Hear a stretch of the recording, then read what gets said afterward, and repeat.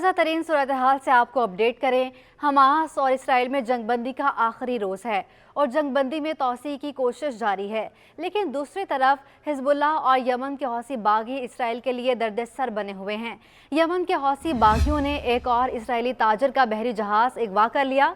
गैर मुल्की media reports के मुताबिक इतवार को यमन के साहिल के नज़दीक एक और इसराइली बहरी जहाज़ को अगवा किया गया और अमले को यरगमाल बनाया गया। एक हफ्ते के अंदर अगवा किया जाने वाला ये दूसरा इसराइली बहरी जहाज़ है। इसराइली हुकाम ने भी बहरी जहाज़ अगवा किए जाने की मीडिया को तस्दीक कर दी है। बहरी जहाज़ इसराइली अरबपति ताजर की कंपनी की मिल्कियत है। बहरी जहाज़ पर अमले के 22 अफराद मौजूद हैं। कंपनी का कहना है कि उनकी पहली कोशिश अमले को बचाना है। रिपोर्ट में बताया गया है कि इसराइल बहरी आमदोरफ्त अफ्रीकी ममालिक के परचम तले करता है, इसलिए अगवा किए गए बहरी जहाज़ पर लाइबेरिया का झंडा लगा था। इससे कबल 19 नवंबर को यमन के हौसी बागियों ने बुहेरा अहमर में इसराइली ताजर का बहरी जहाज़ अगवा किया था।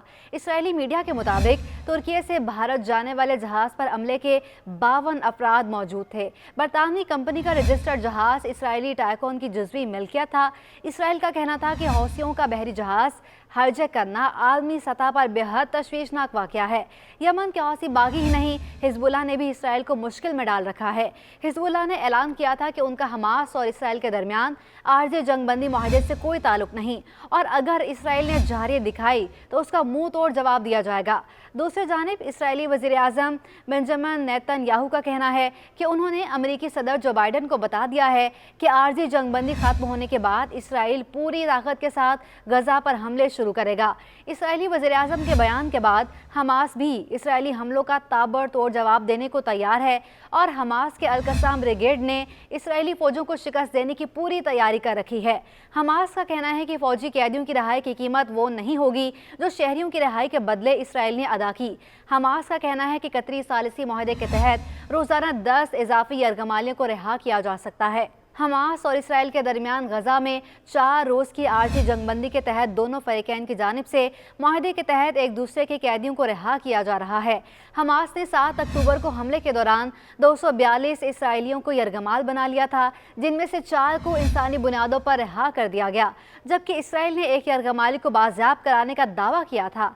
हमास ने कहा कि अगर इसराइल तमाम फ़लस्तीनी कैदियों को रिहा कर दे तो वो भी पकड़े गए तमाम इसराइलियों को रिहा करने के लिए तैयार हैं। कतर के वफ़द ने हमास और इसराइल के दरमियान 4 रोज़ा जंगबंदी में मुमकिना तौसी के लिए इसराइल का दौरा किया है। हुकाम के मुताबिक कतर की टीम इसराइली हुकाम से राब्ते में है ताकि जंगबंदी और कैदियों की रिहाई के अमल को यकीनी बनाया जा सके। मिस्र ने कहा है कि गजा में आर्जी जंगबंदी में मजीद 1 रोज़ की तौसी के हवाले से तमाम फरीकैन से मस्बत इशारे मिले हैं। मिस्र की स्टेट इंफॉर्मेशन सर्विस के सरबराह ने बयान में कहा है कि तमाम फरीकैन से 4 रोज़ा जंगबंदी के मुआहदे में मजीद तौसी के लिए मौसर मुज़ाकरात कर रहे हैं।